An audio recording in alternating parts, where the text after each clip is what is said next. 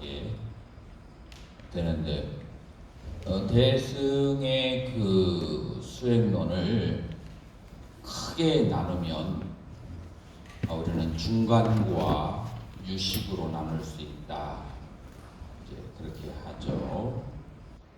자, 그러면은 중간에서 대표적인 가르침은 바로 아공과 법공이죠.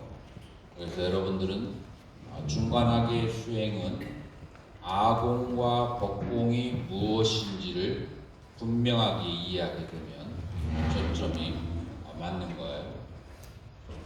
요 아공이라고 하는 것은 초기 불교의 오온무화하고 일치되는 거예요. 오온무화하고 일치 이제 되는 것이고, 법공이라고 하는 것은 법이라고 하는 것에 두 가지 의미가 있는 것을 여러분들이 관을 해야 돼요.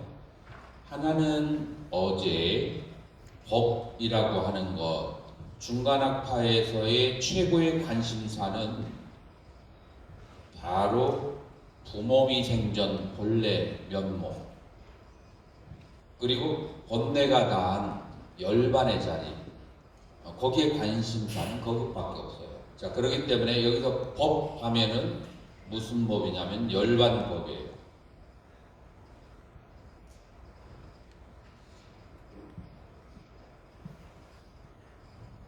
그래서 법 하면은 열반에 대한 법이고, 그리고 열반 법은 무와 혹은 무자성 공으로 그렇게 얘기하죠. 그래서 법공의 첫 번째 의미는 열반 자체는 공하기 때문에 무자성 공이다, 이렇게 법공을 얘기하고, 이것을 이성적인 적으로 말고 감정적인 측면으로 우리 활용시킬 수 있어야 돼요. 중간하게 논리를 감정적으로 무자성이라고 하는 것은 무집착을 얘기하는 거예요.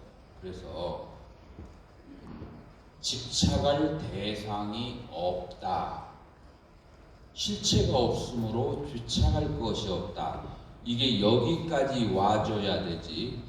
그래, 무자성이야, 공이야. 그리고 내 마음에는 그 대상들에게 한량없이 많은 집착과 애착을 가지고 있다면 이거는 전혀 무자성과 공에 대한 그런 이치가 아니에요. 무자성이기 때문에 집착할 바가 없다, 거기까지 가야 되는 거예요. 자, 그리고 두 번째로 그 법공이라고 할 때 이 법은 우리가 18개라고 하는 것 속에서 우리는 의근이 있고, 의근의 대상은 뭐냐면은 다르마 법이에요. 자, 그래서 의근의 대상, 다시 말해서 내 마음의 대상으로서의 법이에요. 그래서 내 마음에서 인식되어지는 모든 것을 법이라고 해요. 그래서 우리 불교사에서 법은 한 10가지 정도로 의미가 이루어져요. 자, 그 중에 하나가 바로 의근의 대상으로서 법이에요. 그래서 이 마음에 인식되어지는 대상이 공하다, 요거는 조금 있다가 유식철학에서 자세하게 나올 거예요. 자, 이러니 이제 두 가지의 측면이 있다.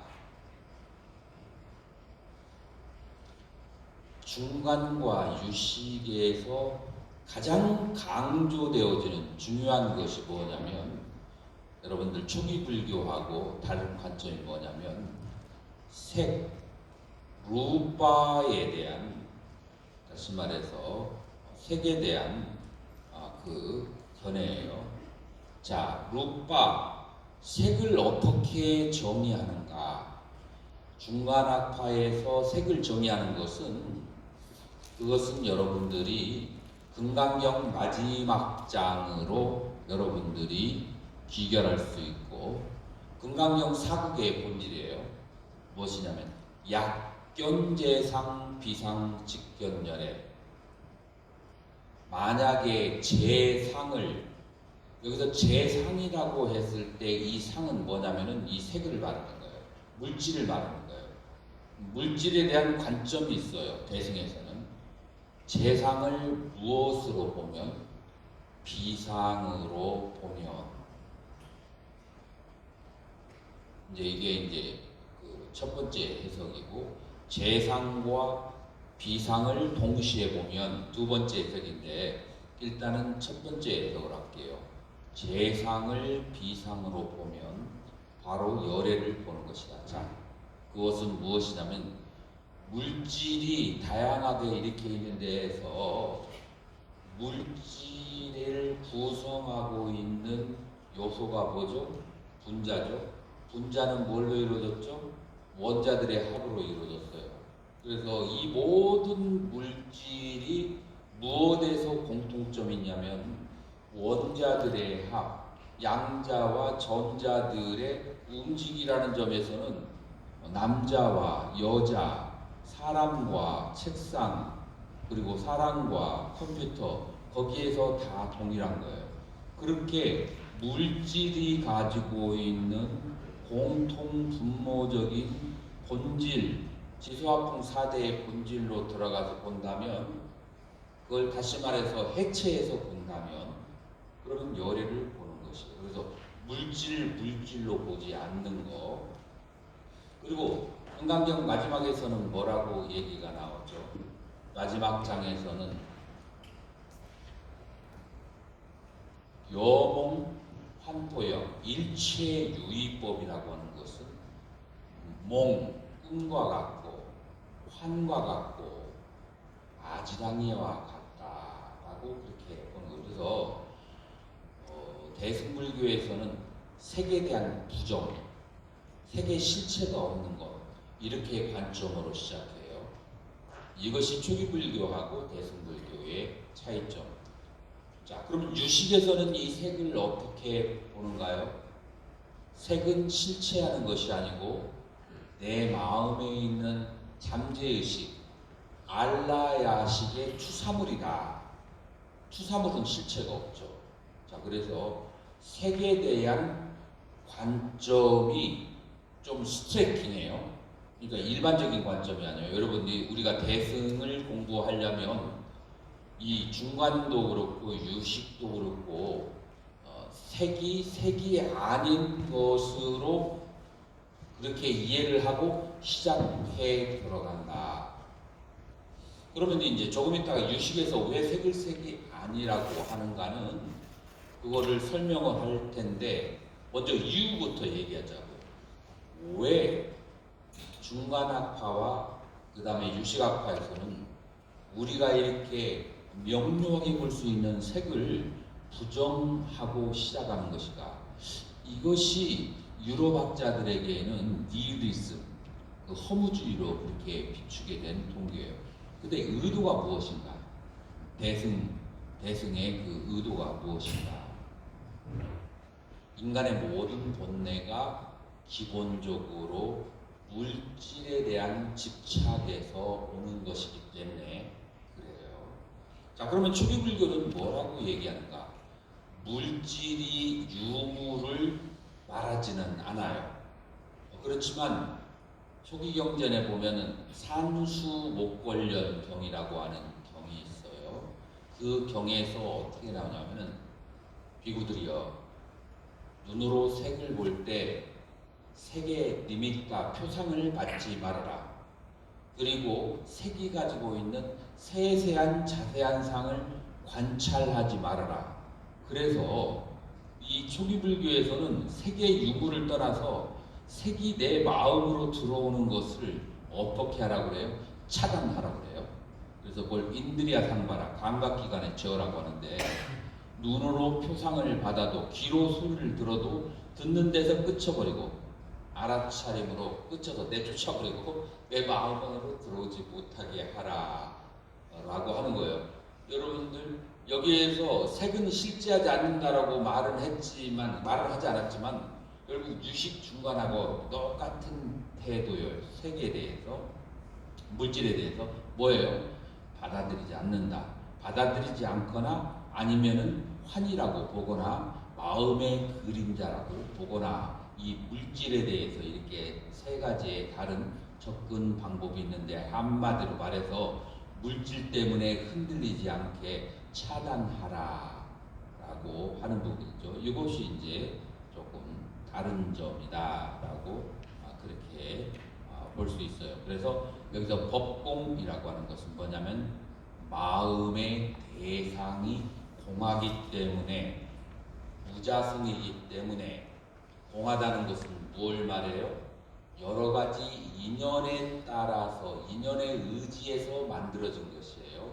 그래서 그 대상이 주체적인 어떤 실체로 있느냐라고 물어보면 어떻게 주관적으로 주체적으로 실체가 있이 존재하는 것은 아니에요.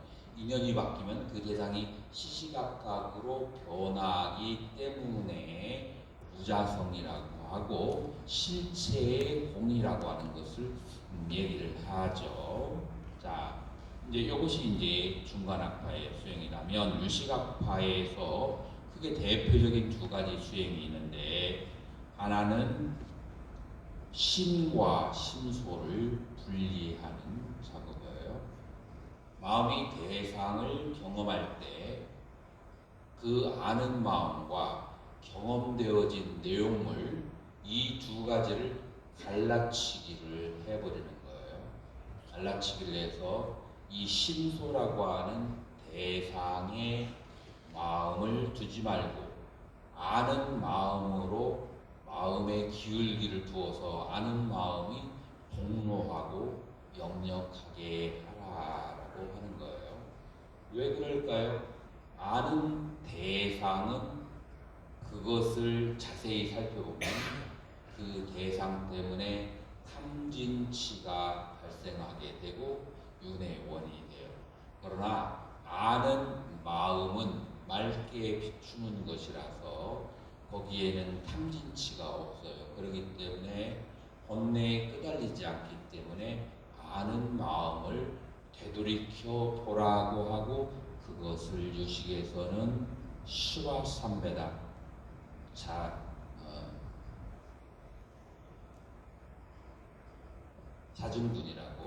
자증분이라고 그렇게 얘기를 하죠. 자, 이게 첫 번째 유식의 수행이고 두 번째 수행은 초지에서 십지까지의 그 경지를 올라가는 수행이에요. 그래서 오늘 여러분들은 이제 이 두 가지의 수행론에 대해서 전부 이제 공부를 하게 될 텐데요. 이 두 가지 수행론은 선종에서 굉장히 중요하다. 그 이유가 무엇인가? 이 두 가지 요소가 관심론과 선종에서 말하는 일초직입 열애지라고 하고 부동지라고 하는 그런 경지들이 전부 다 심과 심소와 십지수행이 결합된 거예요. 우리가 선문종로를 황철 스님의 선문종로를 보면 거기에 가장 많이 인용되어져 있는 것이 바로 능가경, 기실론, 그리고 십지경 이렇게 볼 수가 있어요. 지금 이제 우리가 공부하는 내용들에 의거해서 선문종로가 이제 만들어지게 되는 거죠. 그렇기 때문에 선종의 입장에서는 이 두 가지 수행법이 굉장히 중요하다라고 그렇게 말할 수가 있는 거죠. 자, 일단 유식에 대해서 유식이라고 하는 것은 무슨 뜻인가? 유식을 우리는 그 유식 논서들을 보게 되면 크게 찌따마트라라고 하기도 하고 윈얍디 마트라 원래 만들어지게 된 것은 윈얍디 마트라가 에서 이제 온 거예요. 자, 윈얍디 마트라는 which 플러스 냐 플러스 다음에 냐의 PP, past participe라고 하는데 과거 분사예요. 과거 분사. 냐의 과거 분사예요.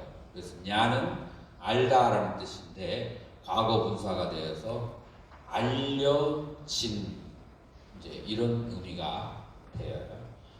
자, 마트라는 오직 only라는 뜻이에요.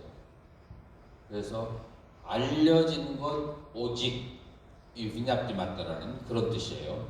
자, 유식 오직 식일 뿐이다 하고 산스크리트의 직역은 오직 알려진 것밖에는 알 수가 없다.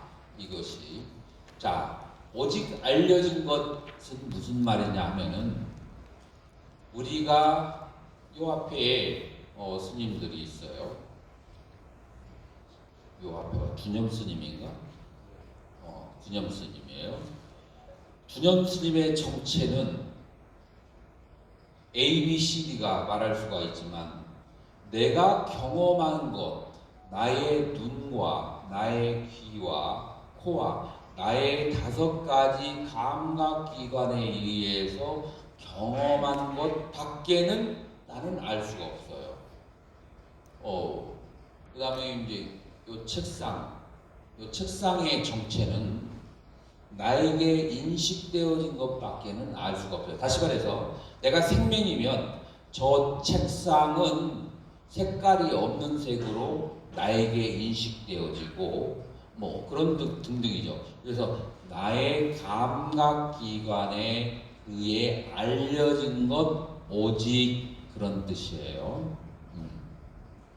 이제 이게 이제 또 찢다 맞더라 하면은 오직 마음이다 라고 얘기하는데 이 오직 마음이라고 하는 것은 십지경 가운데 제6지에서 연기법을 설명하는데 그 부분이 나와요. 제가 혹시 깜빡하고 그 설명을 지나가면은 누가 한번 저를 일깨워 주는 게 중요해요.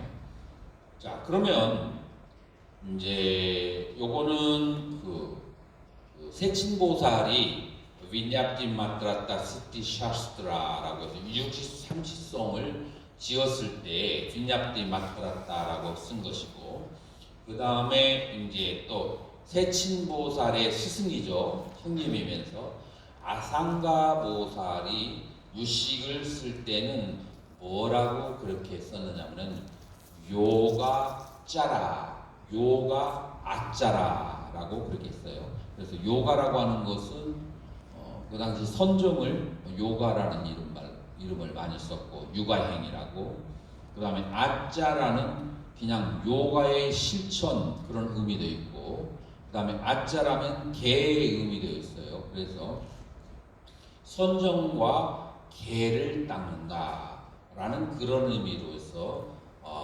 육아행이라고도 해요. 이제 이것은 역사적으로 중간학파가 지혜만을 강조하기 때문에 200년이 지난 다음에 중간학파의 폐단이 일어나서 그 지혜에다가 선정과 계를 그것을 보조를 해야 된다. 그런 의미에서 요가자라고 그렇게 했다고 해요. 자, 그래서 우리는 그 유식의 2가지 이름 위냐프티 마트라타 그리고 요가자 2가지로 그렇게 이제 이해할 수가 있어요.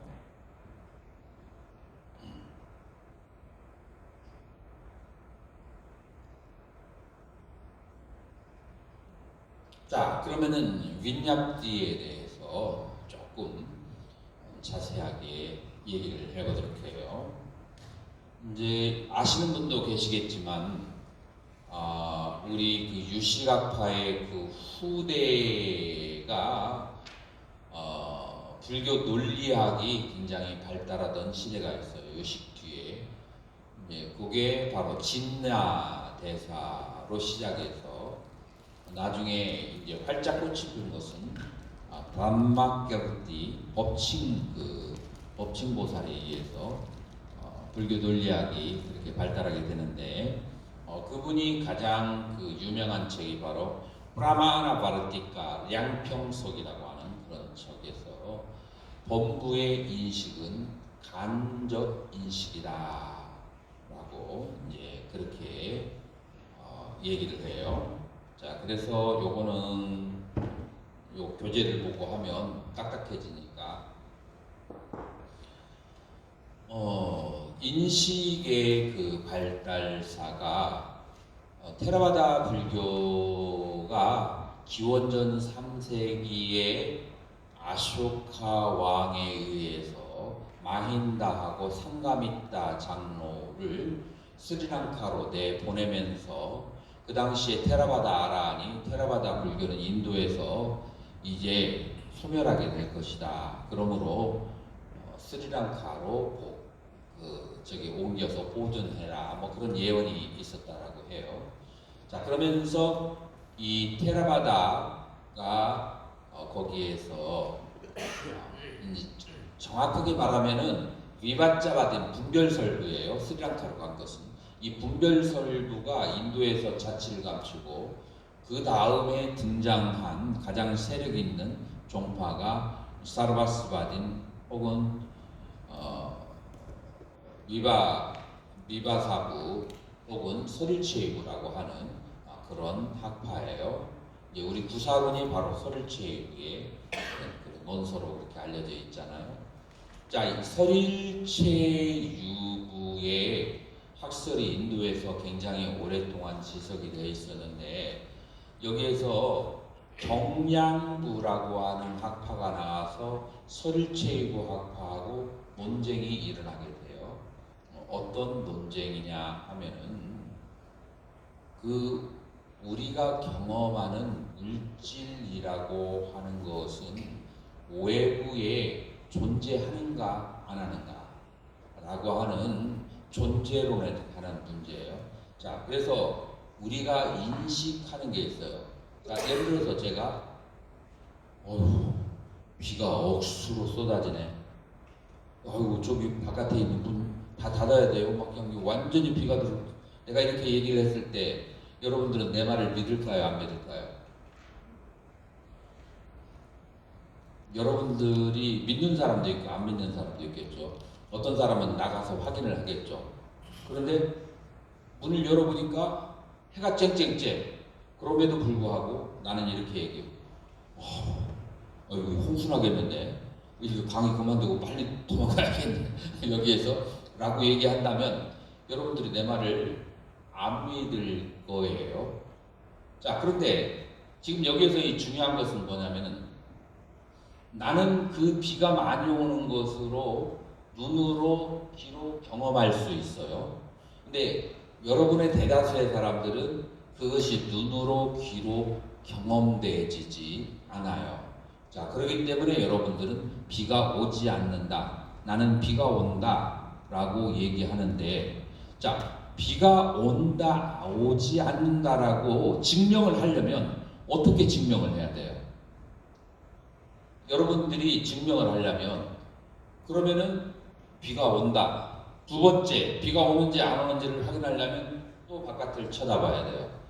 자, 우리의 마음은 바로 바깥의 물질을 볼 수 있는 능력이 없어요. 우리의 감각기관을 통해서 인식되어진 것을 마음은 해석하는 능력밖에 없어요. 그래서 만약에 감각기관에 오류가 생기게 되면 그러면 만약에 눈에 눈병이 생겨서 감각기관에 오류가 생기면 두 번째 확인해도 그것은 비가 오는 것으로 보이고 여러분들은 비가 오지 않는 것으로 보일 수가 있어요. 그래서 나의 마음이 외부의 대상을 직접 인식할 수가 없다라는 측면 속에서 이 법칙 대사는 간접 인식일 뿐이다라고 그렇게 얘기를 했어요. 그래서 우리가 그 사물을 인식하는 것은 무엇인가 하면 그 간접 인식으로 인해서 인식할 수밖에 없다. 자, 그렇게 생각하는 것은 경량두고, 설일체의 부는 어쨌든 간에 우리가 본 것대로 외부의 사부는 존재할 것이다 라고 생각하고, 자, 이렇게 이제 둘로 나누어지게 되는 거예요. 자, 그러면 이것은 서양 철학에서도 문제가 많이 되는 그런 이제 솔리시즘에 해당하는 것인데, 내가 내 스스로 인식한 것이 올바른 것인지 올바르지 않은 것인지를 판단한 측량할 그런 도구가 없다라고 하는 측면 속에서 바로 무슨 말이 나오냐면은 오직 알려진 것밖에는 마음이 알 수가 없다. 그래서 윈약디 마트라, 오직 식이다 라고 하는 말이 생겨나게 된 거예요. 내가 이 얘기를 하다 보니까 이 얘기를 자세하게 설명하려면은 1시간이 훌쩍 갈 것 같아서 조심스럽게 꼬리를 내렸어요. 이게 좀 서양 철학하고 섞어서 설명을 해줘야 이게 저기가 되는데, 뭐 요게 크게 포인트가 아닌 것 같고, 그러나 혹시 만약에 여러분들이 질문이 쪽지가 온다면 그때는 이제 자세하게 설명을 하도록 하죠. 그래서 간략하게 유식이라고 하는 것은 여러분들이 어떻게 이해하시면 되냐면, 우리는 감각기관을 통해서 알려진 것 밖에는 알 수가 없다라고 하는 거예요. 자, 이거를 조금 더 밀고 나가봐요. 개구리나 잠자리는 잠자리의 감각기관으로 사물을 보고 그것이 사물이다라고, 그것이 외부 세계다라고 생각하고, 그리고 인간은 이제 인간의 감각기관을 가지고 그렇게 생각하고, 천상이나 짐승이나 아귀나 다른 세계의 짐승들은 자기의 업에 의해서 만들어진 감각기관. 자, 이게 중요한 거예요. 감각기관은 우리 불교에서 자기의 업에 의해서 발생하는 것으로 보는 거죠. 자, 그래서 나의 업에 의해서 만들어진 감각기관으로 대상을 바라본다라고 하는 것은 단순화시키면 내 업대로 세상을 본다라는 얘기까지 되는 거예요. 이제 그렇게 되면 이제 능엄경에서 말하는 일수사견이 이제 등장하게 되는 거죠. 자, 물이라고 하는 것 하나의 물을 가지고 네 종류의 생명이 다르게 보는 거예요. 인간에게는 마시는 물로 보이고, 물고기에는 칩으로 보이고, 천상의 인간에게는 유리라는 보석으로 보이고, 아귀에게는 타는 불로 보인다라고 그렇게 하죠. 그 중생들의 각각의 업에 의해서 물리라고 하는 것이 다르게 경험되어지는 거예요. 그리고 이 네 중생들은 자기의 업 밖을, 자기의 감각기관을 떠나서 따로 인식할 수 있는 도구가 없기 때문에, 그렇기 때문에 그것밖에 믿을 수가 없는 거예요. 자, 그러므로 이 자기 업대로 바라보이는 세계가 바로 이 세계다. 그래서 오직 유식이 바로 어디까지 가느냐면은, 내가 바라보는 세계는 나의 업에 의해 투사된 세계이다 라고 하는 거예요. 여러분들 그 말이 즐겁게 들리나요? 여러분들에게는 내가 바라보는 세계가 정말 진실처럼 보이는데, 그거를 객관적인 세계라고 하지 않고 여러분들의 주관에 의해서 보고 싶은 대로 보는 세계라고 하면 여러분들 인정하고 싶지 않을 거예요. 근데 유식의 본질은 지금 여기에 있어요. 유식의 본질은 이거를 잘 관찰을 해야 돼요. 그러니까 여러분들이 가지고 있는 견해, 여러분들이 가지고 있는 감각기관에서 경험한 것, 그 다음에 여러분들의 판단, 이 모든 것은 여러분들의 업을 투사해서 바라본 것이다. 이것이 이제 확장되어서 어떻게 확장되어지냐면 지금 여러분들이 경험하는 세계에는 여러분들이 알라야식, 여러분들은 아레야식으로 그렇게 알고 있을 거예요. 원어로는 아레야식이 아니고 우리 한문어로는 그 음사가 잘 안 돼서 아레야식으로 번역이 됐는데 사실은 알라야 비즈냐나예요. 알라야 비즈냐나, 알라야식이에요. 알라야는 무슨 뜻을 가지고 있냐면 여러분들 전설줄 위에 새가 그 5개의 다리인가요? 3개의 다리인가요? 뭐 하여튼 3개든지 5개의 다리로 땅에 떨어지지 않기 위해서 꽉 잡고 있죠. 꽉 잡고 있는 그런 상태를 알라야라고 해요. 꽉 잡고 집착하고 있는 그런 상태가 그 알라야식이라고 이제 그렇게 얘기하는데, 이 세계가 나의 알라야식의 투사물이다 라고 그렇게 얘기하는 거예요. 그러면은 알라야식은 뭔가, 어떻게 만들어졌는가 라고 하면 이제 중변분별론의 미륵보살이 쓰고 세친보살이 논을 쓴 중변분별론에 의하면 여러분들이 6가지 감각기관으로 경험하고 본 것들, 경험한 것들, 이거 사라져버렸을까요?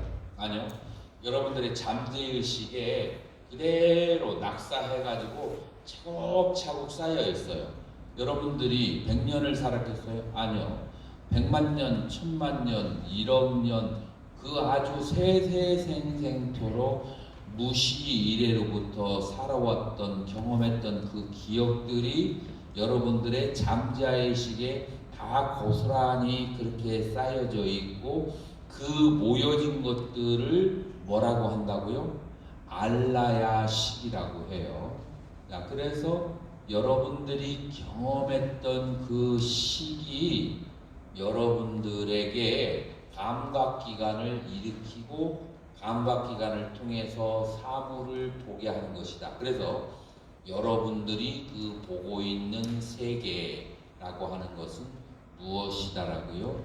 여러분들의 잠재의식의 투사물, 알라야식의 투사물이다가 지금 아까 처음 시작할 때 설일체의구약 경량부의 논쟁에서 시작한 외부의 사물이 내가 인식한 대로 존재하는가 존재하지 않는가 라고 하는 그 논쟁에서 시작해서 점점 이런 식으로 개발이 되어서 마지막에는 내 알라야식의 투사물이 내가 보여지는 세계다.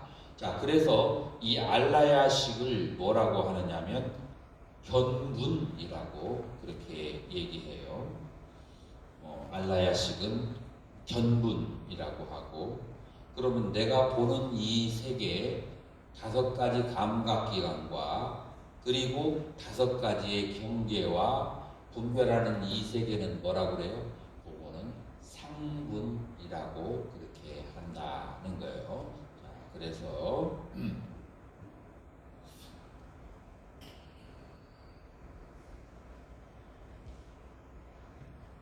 자, 그래서 견분과 상분이 그렇게 만들어진다는 것을 그렇게 얘기하고, 자, 그래서 이제 그 다음으로 어떤 결론이 나왔냐면 존재하는 것은 무엇이다? 존재하는 것은 나의 알라야식의 식들이에요. 존재하는 것은 나의 알라야식의 식들이고, 그리고 내가 보는 이 존재하는 이 매트리스와 같은 그 세계, 그것은 존재하는가? 존재하지 않는다는 거예요. 그래서 나의 시계 투사물이다.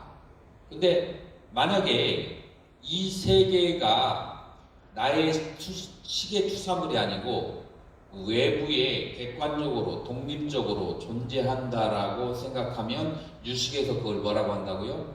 그거를 법집이라고 해요. 자, 그래서 중관학에서 그 법집과 법공에 대한 해석과 유식학파에서 법집과 법공에 대한 해석이 조금 다르다라고 할 수가 있어요. 자, 그런데 이 유식에서 얘기하는 것은 사람들이 가지고 있는 일반 상식하고 매치가 되나요? 매치가 안 되나요?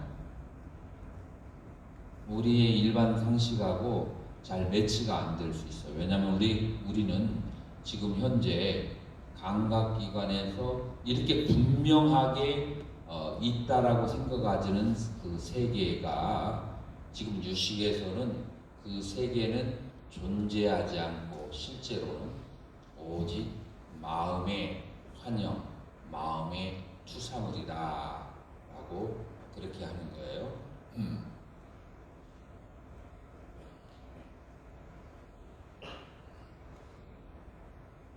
내가 이 강의를 지금 시작하면서 아하, 이 주제가 조금 까다롭고 어려울 수가 있겠다라는 판단이 지금 이제 들기 시작했어요.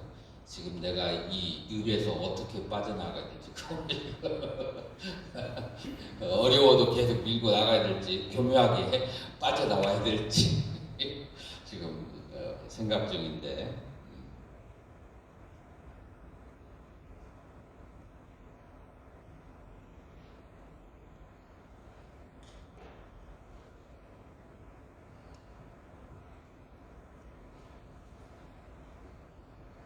자,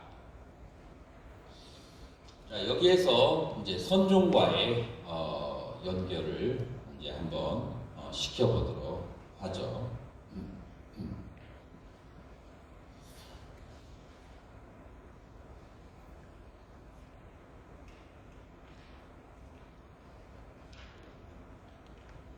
유식에서는 여러분들이 잘 알다시피 이제 전오식, 육식, 칠식, 팔식 이렇게 8가지의 식이라고 하는 것을 얘기하죠. 이런 8가지의 식을 얘기하는데 이 순서가 어떻게 시작하게 되냐면 우리의 마음속에 기억되어 있는 8식이 먼저 주체가 되는 거예요.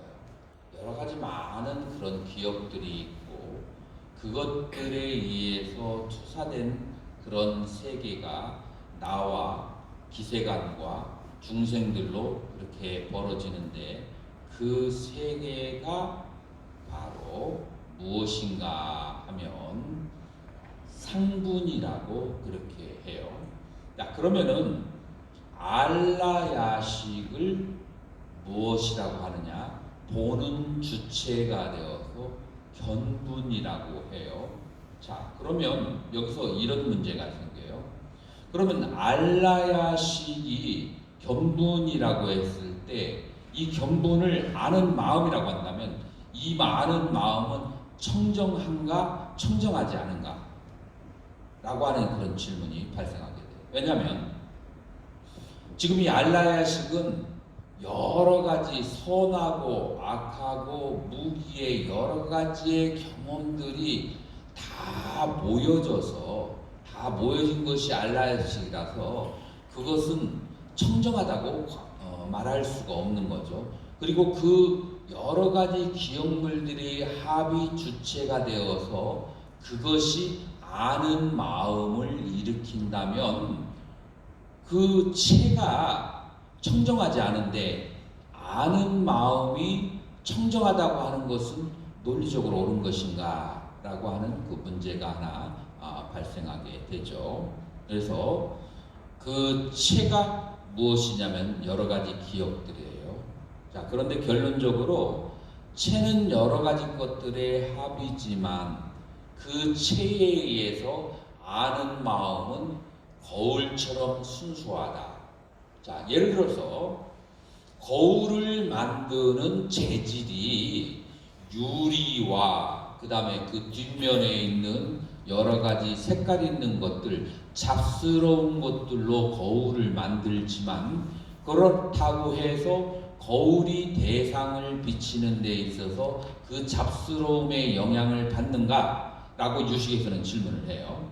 자, 그렇다면은 우리가 뭐 잡스러운 여러 가지 것을 뒷면에 대어서 거울을 밝게 비치게 하는데 도움이 되지만 그렇다고 해서 그것 때문에 거울이 비추는 기능이 잡스럽다라고는 말할 수가 없어요. 마찬가지로 이 아는 기능에 체가 되는 것은 팔식 여러 가지의 잡스러운 식이지만 알 때 아는 마음이 물들지 않고 청정하다는 것에 대해서는 아무런 문제가 없다라고 그렇게 답을 해요. 자, 그래서 여기에서 바로 알라야식과 알라야식이 아는 마음으로 나올 때는 그럴 때는 견분, 그 견분은 청정한 마음의 심이라고 그렇게 하고 작용을 할 때는 그리고 아는 대상인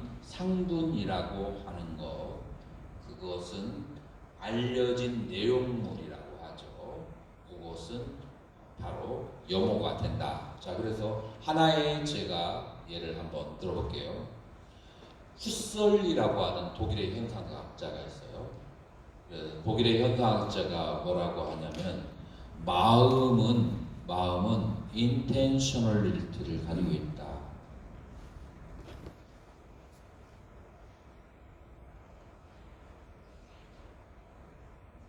intentionality. 이건 뭐냐면은 지향성을 가지고 있다.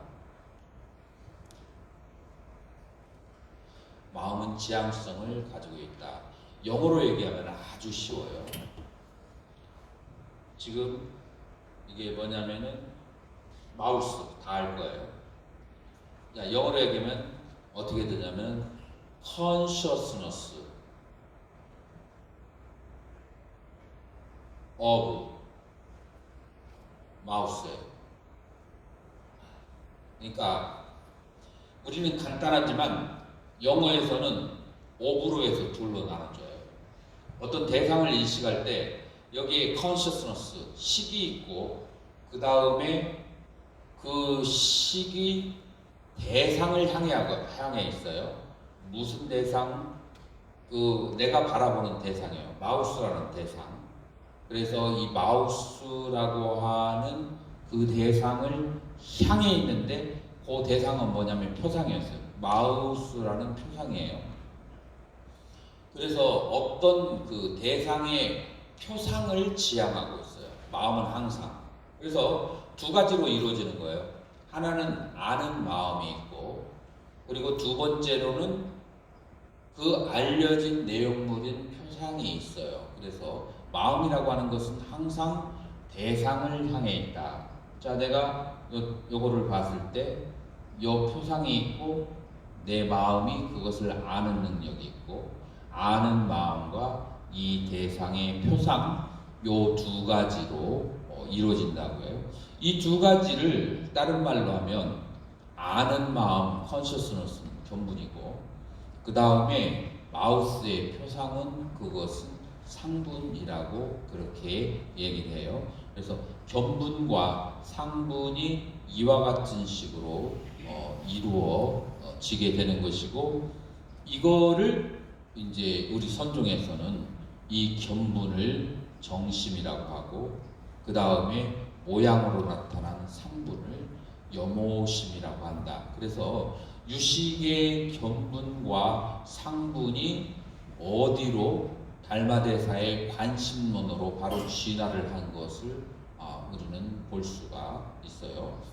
여러분들 이것을 나중에 한번 자세히 관찰해 보세요.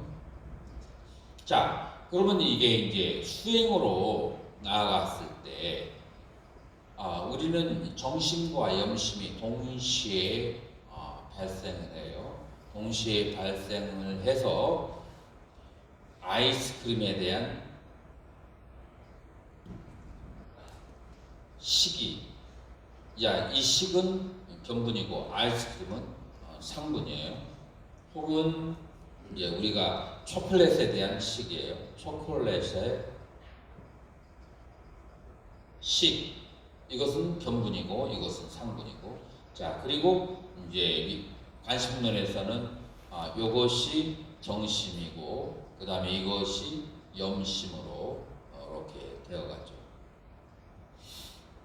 자, 그러면 이제 선종에서는 기본적으로 무엇을 하나 남겨둬요. 무엇을 하나를 버리고, 뭘 버리냐면 이것을 버리고 이 정심 하나만 남겨둬요. 이 정심 하나만 남겨놓는 쪽으로 돌아가는 것, 그거를 뭐라고 하느냐면은 스바, 자기 자신에게로 삶, 베다, 느끼고 아는 거예요. 자기 자신의 내면으로 들어가서 느끼고 아는 것. 자, 의식이 발생했을 때 초콜릿에 대한 의식이에요. 자, 그거를 더 분석하면 초콜릿 플러스 아는 마음이에요. 자, 초콜릿 플러스 아는 마음이 나왔을 때 여기서 끝나버리면 그러면 수행이 아니죠. 초콜릿 플러스 아는 마음이 있을 때 초콜릿을 보고 어디로 돌아가야 돼요?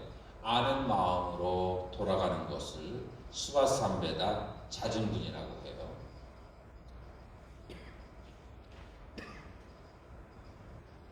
그 인도의 데라둔에 TV 성자라고 하는 분이 계세요. 요분은 TV를 24시간 틀어놓고 계셔요. 제가 한 번은 찾아가서 물어봤어요. 뭐 소문이 그렇게 나는데 정말입니까? 그랬더니 정말이에요. 그런데 제가 이분이 나하고 말을 할 때 눈동자를 보면, 사람은 보통 눈동자를 쳐다보면 나를 보고 반응하고 눈동자가 움직여요.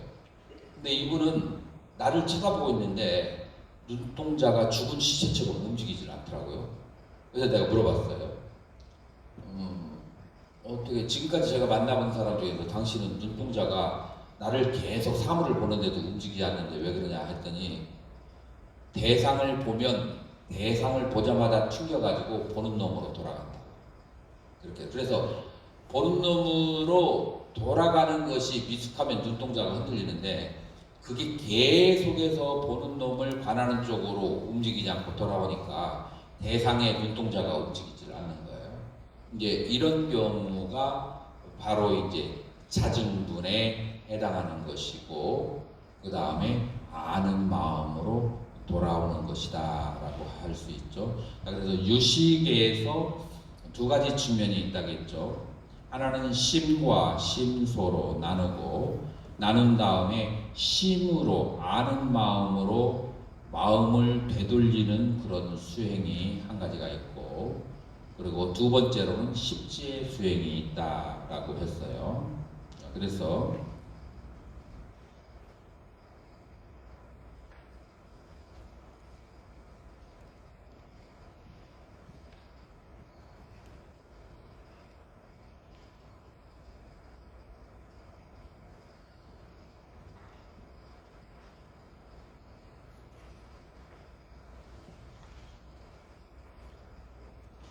요 심과 심소로 마음을 되돌리는 그런 수행 하나하고 십지의 수행 두 가지로 그렇게 나눌 수가 있는데요.